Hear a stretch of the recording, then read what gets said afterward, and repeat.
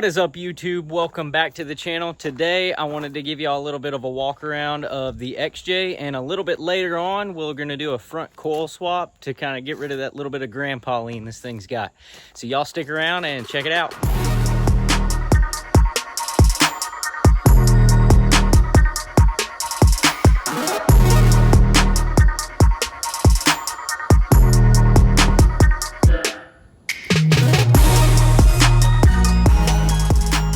Alright guys, so behind me is my 1998 Jeep Cherokee XJ. Pretty much as it sits, I basically bought it how it was. And I got this vehicle off of Copart. So I'd been looking for an XJ for a good while. And this one popped up, clean title. And it was a buy it now. So I jumped on it as soon as I could, you know, just from the pictures. And it was a pretty good price. So the buy it now price for this thing was $1,200. So then after all the shipping and Copart fees and broker fees, it was about $2,400 to my door. And I got this thing about a year ago, and I've been daily driving it for a little under a year probably, and it's been pretty fun. But I will say I do miss a truck. I've kind of had the back seat folded down with this thing, you know, a majority of the time I've had it, and using it pretty much like a truck. So I definitely need a truck back. And so when I first got the Jeep and I got it back home, I kind of looked at some of the stickers, and through a little bit of digging on Facebook, I got in contact with one of the previous owners, and got to find out a little bit more about what it was. It had a new exhaust. It had 3-inch old man emu leaf springs in the back. It had a locker in the back, and as you can see, it's got a set of rock sliders, and then front and rear bumpers, and oh, what else did it have? And then another cool thing is I talked to the previous owner, and he had rebuilt the engine in this thing. I don't know, it was only like 6 months prior from when I got it, but that was a pleasant surprise that I found out about the thing. Looks like they got some sort of homemade bumper on it, or it used to be a full width bumper, and they chopped it off to kind of give it the little stubby look. If we come looking up underneath it, Dana 30 has some sort of sway bar lowering brackets, and then it has some sort of aftermarket track bar, and we have some sort of power steering fluid leak. So on the front, I think it appears to be some stock height coils with a 1 3/4 coil spacer. It gets the Jeep, I don't know, okay, but from what I've measured, it's still sitting about 1.5 to 2 inches low in the front. We got a set of rock sliders, and I think these were JRC rock sliders, maybe, not sure. And whoever installed them chopped off the front frame mount. It does have the pinch weld mount, and then the back frame unibody mount, whatever you want to call it, is still there. It's got some old TJ Rubicon wheels on it. Tire size I got is 265 75 R16s. And when I got the Jeep, it had the old original KOs. And shortly after, I found somebody local that had these, and I picked these up for, I don't know, 150 bucks. Pretty decent tread on them, and they've done pretty good. And they're only, I think those are 2019 tires, so there's no signs of dry rot on them. Coming around to the back, it has I think 3.5 inch or 3-inch old man EMU leaf springs on it, and it looks to be some sort of lunchbox locker. And from what I was told, or the ad that I had seen from when it was for sale a while back, it was a Lokka, Lokka brand. So the thing had a rear bumper when I first got it, and it was a spare tire carrier bumper. And from when I got it, in the pictures, the bumper was kind of leaning back a little bit, so I figured somebody had hit it. But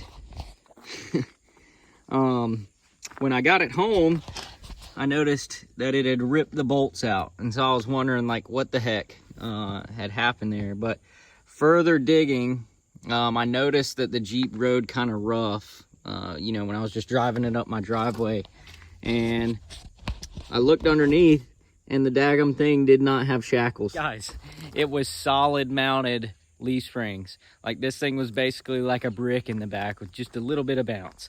And I don't know who did it along the lines, but it leveled the Jeep out, I'll say that. So I don't know if that's why it was done, but like, this thing was stiff in the back. No shackles in the back, basically solid suspension, and it just beat the back bumper to death with a spare tire on it and made it fold off. So I don't know, you be the judge on that one.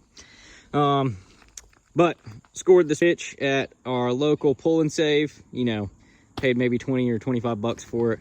Pulled it off of a Cherokee, so it's done good. I've towed many trailers and my boat several times, so it's been pretty good. One of the owners had done the old tuck and roll. It looks pretty good. But then the front fenders were cut. I say they did a decent job. They're not quite even side to side. If I were to trim it, I probably would have gone a little bit less, but this thing definitely will have some bigger tires on it in the future. So, you know, with the 37 or something, I might have to have that much trim. Looking at some of the other XJs online that I've seen with the bigger tires. So we'll let it ride. Some of the stickers, we got a couple of law enforcement call signs. There's a few more on the other side. And I think that was some of the guys that the previous owner knew that had fallen in the line of duty. And if any of y'all are law enforcement out there, we thank you so much for the service that y'all are doing for our towns and our cities, and just keeping all of us safe. And we just thank y'all so much for what y'all are doing. We got Scarlet XJ is the name. That was given by the previous owner. And I don't know. Let me know what y'all think. I kind of like it. I'm probably going to keep that one. It definitely stands out. So, I mean, I've never heard of Scarlet XJ, so we might just might let it ride, and you'll know if it's me if you see that. So, then going on a little bit more, previous owner went to UR a good bit. I guess he deer hunted a little bit. And this one right here is definitely staying, because Jesus does rock. Jesus Christ is my Lord and Savior. I don't know what I'd do without him. And if y'all don't know Jesus Christ, y'all just reach out to a pastor or a church, or reach out to somebody to let them tell you about who Jesus is and what he's done for us, dying on the cross for our sins. And he is the most important thing in my life. And he can save you. You know, all you got to do is just believe in him and know that he died on the cross for your sins. And I think those are Skyjacker decals. So shout out to Skyjacker. Awesome sticker. Y'all keep making them. Looking up underneath it just a little bit more, we got some sort of aftermarket control arm, lower control arms, a little bit more beefy. And we got us a little Flowmaster 40, so it does have a little bit of sound. Take a look inside. Got us a kitty cat. All right, so when I got the Jeep, had carpet in it, and then we had a couple rains. Passenger side floorboard was flooded. So I ended up taking the carpet out to just kind of clean it and let it air dry. And the front windshield's leaking somewhere up in here. I haven't gotten around to fixing it. Floorboards get a little bit hot on my ankles while I'm driving, but oh well. We got us a nice little sticker over here because I do have to remember that I need to drive it home. Can't beat on it too hard. But other than that, interior is pretty nice. Seats are in pretty good condition, and no cracks in the dash like I don't know, the Dodges I'm used to. But, you know, pretty good in there. I'll show you all the back. So we got car seat base, some miscellaneous straps, oil, trans fluid, whatnot. Like I said, I keep the back seat pretty much folded down like that all the time because I'm using this basically as a truck. Another nice thing is the rear windows are already tinted. So we need to throw some tint on the front too, and get it matching the back too, because the tint definitely is nice. We don't have that little fishbowl look. All right, under the hood, you know it, we got a 4-liter. This was rebuilt, so they did some sort of paint job, but it didn't really stick too well, so it's flaking off a good bit. Interstate battery, pure letter oil filter, little K&N, definitely needs a little bit of cleaning. It's pretty dirty. We got Brown Dog off-road motor mounts. And yeah, that's pretty much it. Had to put a brake booster on it. I had a brake booster going out while I was at Gulches and riding, and that was kind of sketch on some of the stuff. It's basically standing on it. All right, guys, so that's going to do it for the little walk around of the Jeep. So let's get into the shop and do a little bit of coil swap.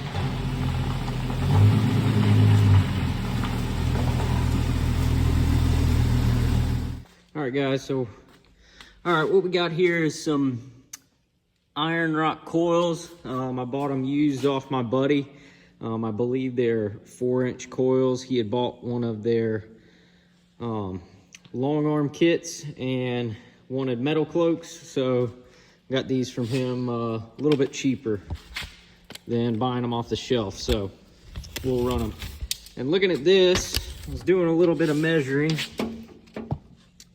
We got basically 30 inches to the body line in front and about 30 3/4 and about 32. It looks to be about 1 3/4 lower in the front, and we got stock coils on 1 3/4 spacers. So once we throw that those coils in there, we'll be slightly higher in the front, and then I have some lift shackles that we can put on there to hopefully level it out, just get it a little bit higher. So let's jump into it. So what we're gonna do is take a measurement of our toe on our tires, because since we have a Y-link suspension, if you raise the Jeep or lower the Jeep any on the front end, the Y-link suspension will make it either toe in and out. I don't think this will change it too much, but we're gonna just double check before and after, and if we need to make an adjustment, we will.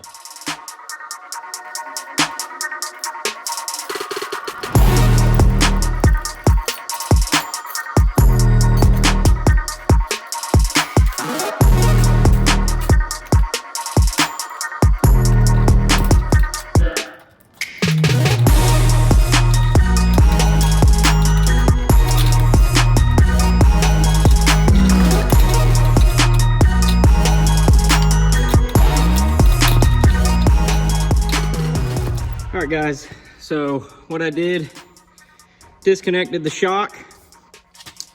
You probably saw me struggling. I forgot to take the spring retainer off, which is right here, 13 millimeter.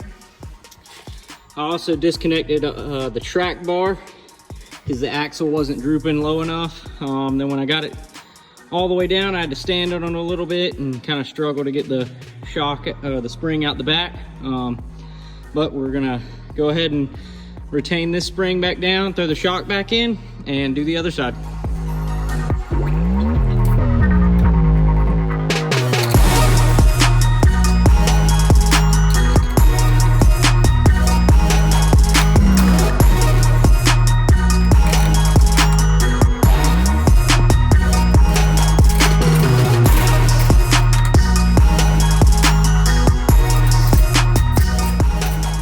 Sorry about that. The wife and the kids got home, so we had to get inside and get them fed and in the bed. So I'm back out in the shop just a few hours later. but we got these coil springs put in here. So check it out. It is pretty much level. Let's get the tape real quick and check our measurements.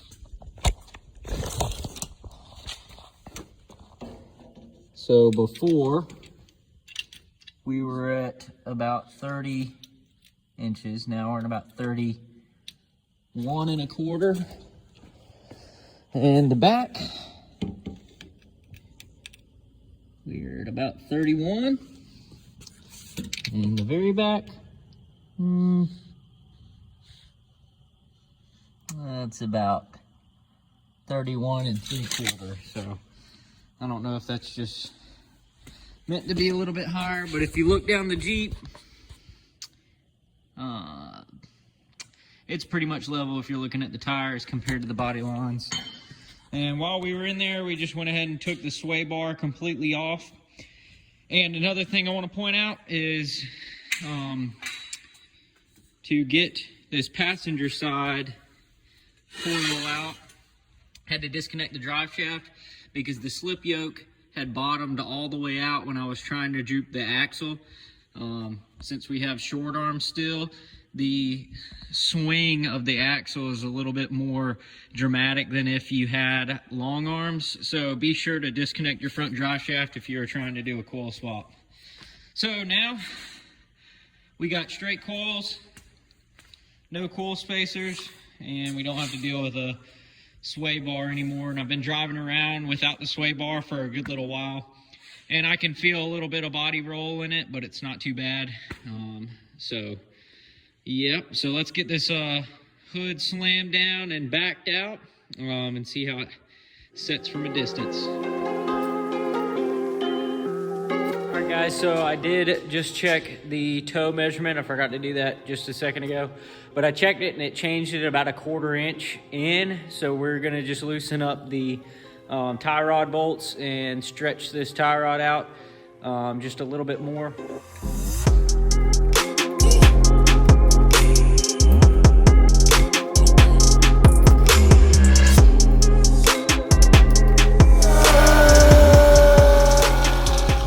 All right guys, that's gonna wrap up this video.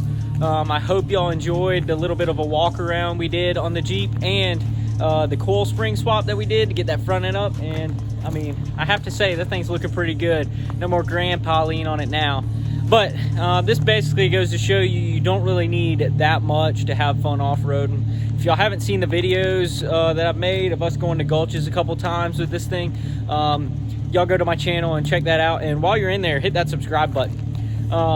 But I mean, you don't really need that much to have fun. I mean, this thing basically just has a set of 32-inch all-terrains, a locker in the back, and about a 3-inch lift. And this thing has impressed me, you know, time and time again, you know, out on the trail. So if you got a little stock Cherokee or a Wrangler or something and you're wanting to get out on the trail, go get you a little 3-inch lift. Find you some used all-terrains. I mean, I paid 175 bucks for those right there. But definitely invest in a locker. I've seen it multiple times. You know, people unlocked, you know, as soon as they get flexed out just a little bit, they start spinning the tire. They try to compensate with tires. You know, I mean, my opinion, you'd be better off with street tires in a locker than a set of muds and open diffs. So invest in a locker. But again, I appreciate all of y'all watching, and the past couple days we hit 200 subscribers, and I appreciate all of y'all who have subscribed, and I appreciate every single one of y'all's views. So hit that like button, drop a comment down below, let me know what y'all think, and if you haven't already subscribed, hit that subscribe button, and guys, we'll catch you on the next one. I appreciate it.